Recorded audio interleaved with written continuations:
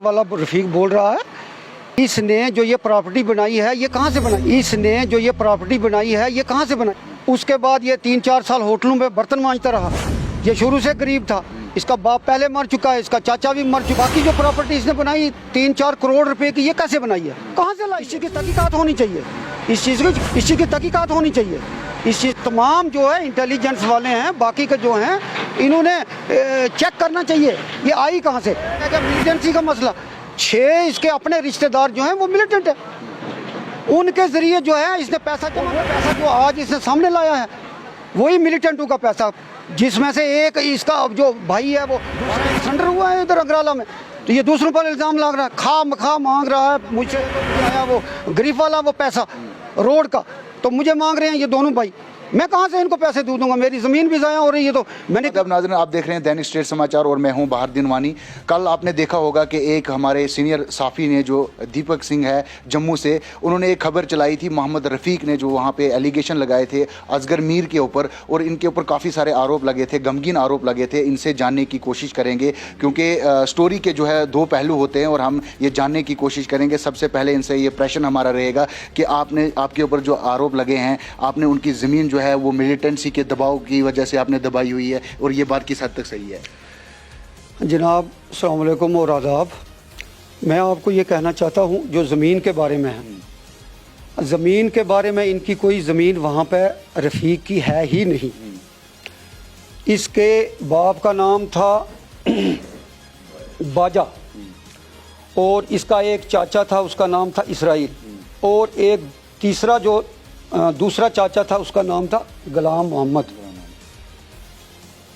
ये जो इसका बाप था ये अंगराला में रहता था, उसको हिस्सा अंगराला में था, और दूसरे 2 जो भाई थे इनके उनका हिस्सा इधर जुमलान हिल में था, वो उधर मेरे पड़ोस में रहते थे। आखिर जब क्या हुआ कि इसराइल बेचारा बीमार हो गया और वो वफ़ात पा गया। उसकी 2 बेटियां थी, एक बेटी उसने शादी करके दे दी थी, और दूसरी बेटी को यहीं उसने अपना जो हिस्सा था वो उसी की बेटी के पास रहा, और वो उसी के पास ही मौजूद रहा। जब उसकी बेटी की शादी हो गई, घर में दामाद लाया इन्होंने, उस ज़मीन पर आए, तो उसका जो खामद था और वो बेटी थी उसका नाम था गामिया। उसने क्या किया कि उसने कहा कि भाई साहब यहाँ पे हमें लकड़ी नहीं है, घास पत्ते पूरे नहीं हैं, मेरी एक ज़मीन साथ में और थी थोड़ी साइड में, थोड़ी सी 1 किलोमीटर वहाँ से दूर, तो वो मेरे पीछे पड़े रहे को 5-6 महीने। तो आखिर मिलजुल कर उन्होंने कहा कि ये तबादला कर लो।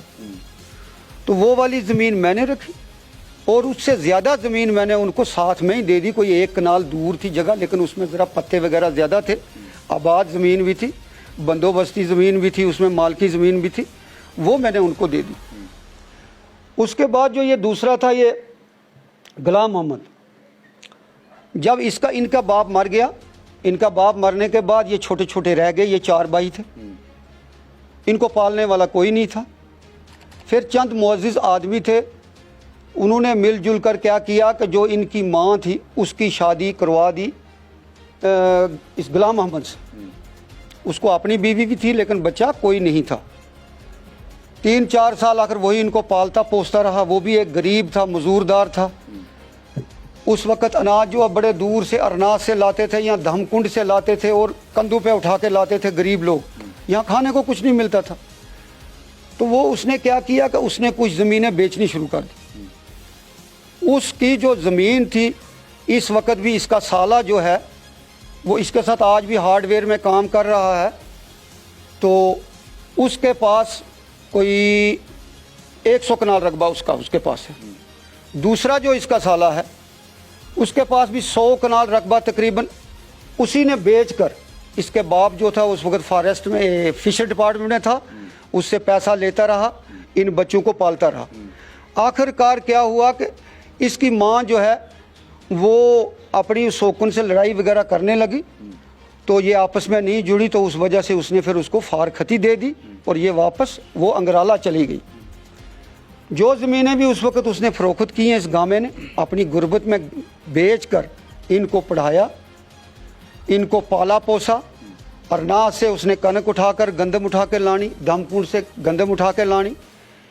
आज ये लोग जो हैं ये उनको देखते भी नहीं हैं। और उनके खिलाफ बोलते हैं। इनका अगर वहाँ पे हिस्सा होता, आज इसका चाचा मौजूद है, जिंदा है, हयात है। मैं हर आदमी से कहता हूँ उसको जाकर पूछें, मैंने इनकी ज़मीन छीनी है, वो खुद बता देगा। अगर इनका कोई हक वहाँ पे होता तो इसका भाई एक एसपीओ है, आज का नहीं, उसको 10-15 साल हो गए एसपीओ लगे हुए, उसने कभी डिमांड नहीं की। इसका जो दूसरा एक भाई है वो पहले मेंबर था, अब वो सरपंच है अंगराला में।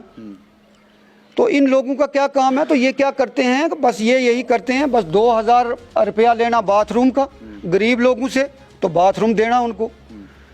अब जो मोदी मकान वगैरह ले रहे हैं, बस उनमें से ये 20,000 रुपया लेते हैं, पहले 10,000 लेता था, अब वो 20,000 लेता है। लोगों को तंग कर रखा है और करप्शन लेता है। ये ज़मीन उसकी है या नहीं है? ज़मीन उसकी यहाँ कोई भी नहीं है, अगर कोई होगी भी वो इसका चाचा जाने और ये जाने, हमें उससे कोई वास्ता नहीं। आपके ऊपर ये ऐसे गमगीन आरोप क्यों लग रहे हैं? सुनिए, आप ये बिल्कुल गलत आपके ऊपर ये भी आरोप लग रहे हैं कि आपने आतंकवादी गतिविधियों में भी हिस्सा लिया है, आप जेल भी रहे हैं, और आपके ऊपर ये भी आरोप लग रहा है कि आपने उनको मिलिटेंसी में दबाया हुआ था, तब इनको कुछ मरवाया भी, इस तरीके के काफ़ी सारे आरोप लगे हैं।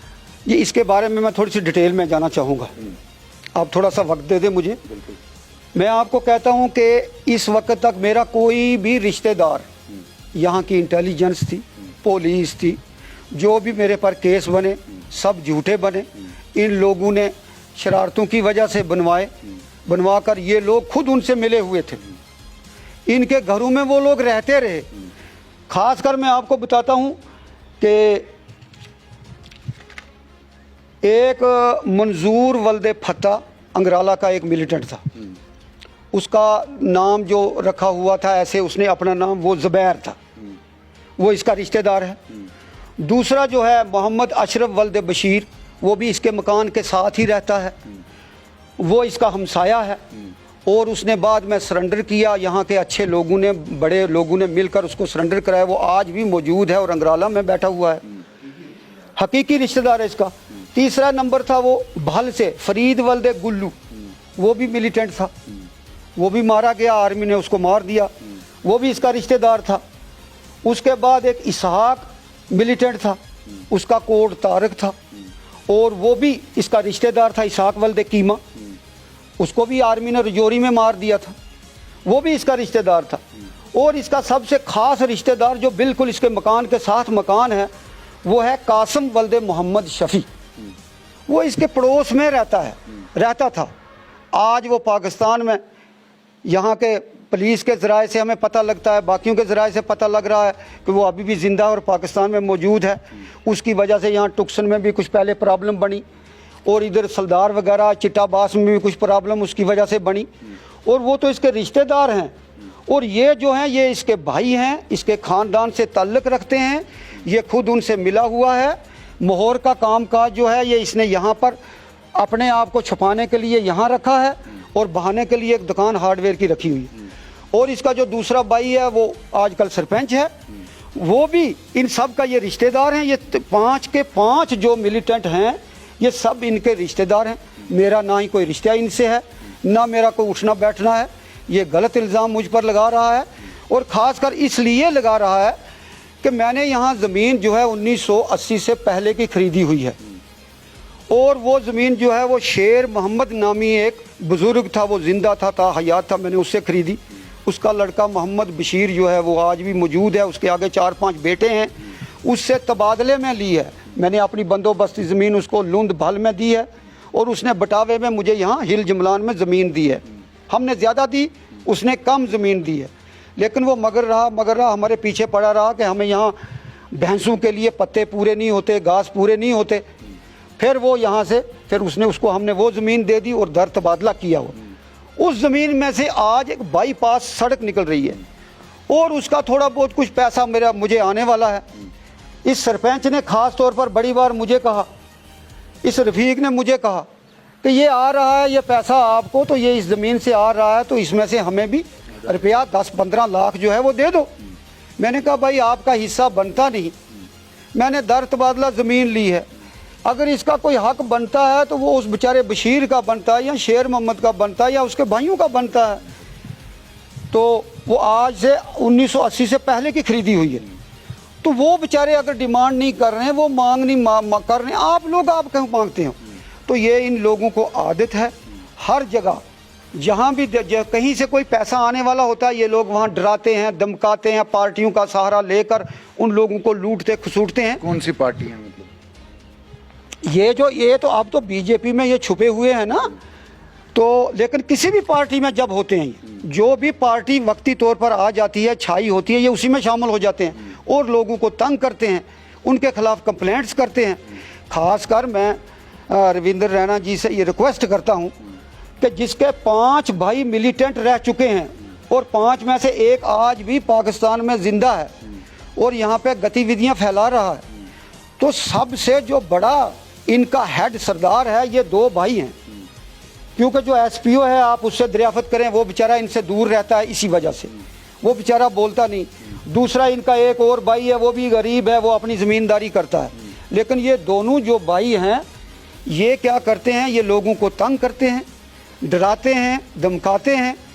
और इसने जो है इसी वजह से डरा धमका कर इन मिलिटेंटों का सहारा लेकर लोगों से पैसा जमा किया है और करोड़ों रुपए की प्रॉपर्टी का मालिक बनकर बैठा हुआ है माहौर में।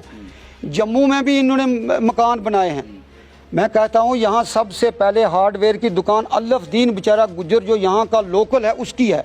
सबसे पहले 1978 79 में उसकी दुकान यहाँ हार्डवेयर की चलती थी। उसके पास कोई होटल नहीं है, यहाँ कोई रेस्टोरेंट नहीं बेचारा बना सका, अपने बाल बच्चे को पाल रहा है, हक हलाल की रोज़ी खा रहा है।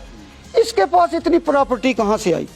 मैं ये रिक्वेस्ट करता हूँ खासकर आजकल बीजेपी की पार्टी से, जो यहाँ के कारकुन हैं उनसे, जो यहाँ के सीआईडी वगैरह में हैं, पुलिस वाले हैं, वो इस चीज़ की तहकीकात करें। ये प्रॉपर्टी आई कहाँ से? मैं खुद मुलाजिम रिटायर हुआ हूँ, मेरी बीवी भी मुलाजिम रिटायर हुई है। मेरे मकान की हालत देखी जाए, आज आकर मीडिया वाले आए, बाकी वाले आए, अभी मकान को बाहर से प्लास्टर नहीं मैं करा सका। 2 मुलाजिम होने के बावजूद भी हम प्लास्टर नहीं कर। इसके पास इतनी प्रॉपर्टी कहाँ से आई?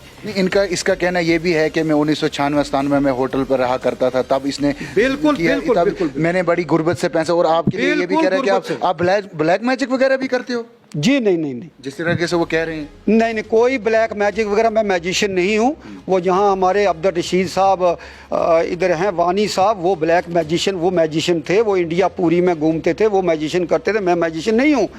लेकिन मैं आपको ये बताना चाहता हूँ, यहाँ मेरा एक सांडू अब्दुल हमीद ठेकेदार रहता था, उसके पास ये बर्तन मांजता था होटल पर। उसके बाद फिर इसने क्या किया, सब लोगों ने मिलकर ये आया मलिक साहब के पास कि मलिक साहब, ये मैं गरीब हूँ, मेरी मदद करो। हमीद साहब ने भी कहा, बाकी लोगों ने भी कहा, ये गरीब है बेचारा, माहौर में काम काज कर रहा है। मलिक साहब ने इसको 10,000 रुपये दिए। इसने अपना होटल खोला। उस होटल खोलने के बाद फिर इसने क्या किया, कोई साल के 1.5 साल के अंदर अंदर दुकान डाल दी हार्डवेयर की, बहाने के लिए। और वो दिनों में उसने जगह भी खरीद ली, वो मकान भी, वो दुकान भी खरीद ली, वो जगह भी खरीद ली। उसके बाद फिर और जो जगह थी उसके दुकान के पीछे मौजूद है इस वक्त, वहाँ पे बहुत बड़ा करोड़ों, मेरे ख्याल में कोई 3 करोड़ तक मालियत का इसने वहाँ पे होटल रेस्टोरेंट इस वक्त बना लिए। वो पैसा कहाँ से आया? ये तो मैं कह रहा हूँ, ये पैसा जो है इन्हीं लोगों से इसने जमा किया, छुप कर अंदर से। आज वो आहिस्ता वो जाहिर करके इसने ये प्रॉपर्टी बनाई है। मैं ये इसकी पार्टी वालों को ये भी कहना चाहता हूँ, बाकी ब्रांचेस को कहना चाहता हूँ, इसकी तहकीकात की जाए। जो एलिगेशन ने लगाए हैं ये बिल्कुल झूठे हैं, बेबुनियाद हैं और मुझे बदनाम करने के लिए लगाए गए। बाकी रह गया मिलिटेंसी में, मैं जब भी पकड़ा गया, इन लोगों की वजह से इन्होंने मुझे जानबूझकर एक सियासी मुद्दा होने के नाते इन्होंने मुझे फंसाया। और जिन लोगों को इन्होंने गवाही दी, मेरे खिलाफ गवाह रखे, उन लोगों ने मेरे हक में बयान दिए हैं। अगर मेरा कोई नुक्स होता, मेरी कोई गलती होती, तो वो लोग मेरे हक में बयान नहीं देते, क्योंकि उनकी कापियां हमारे पास पड़ी हुई हैं, सीआईडी वालों के पास पड़ी हुई हैं, थाने में पड़ी हुई हैं, जजी में पड़ी हुई हैं, मेरे पास सारे सबूत हैं, गवाहों के बयान भी हैं। किसी वक्त भी कोई अगर देखना चाहे मैं वो भी पेश कर सकता हूँ। बाकी रह गया ये इनकी फितरत है।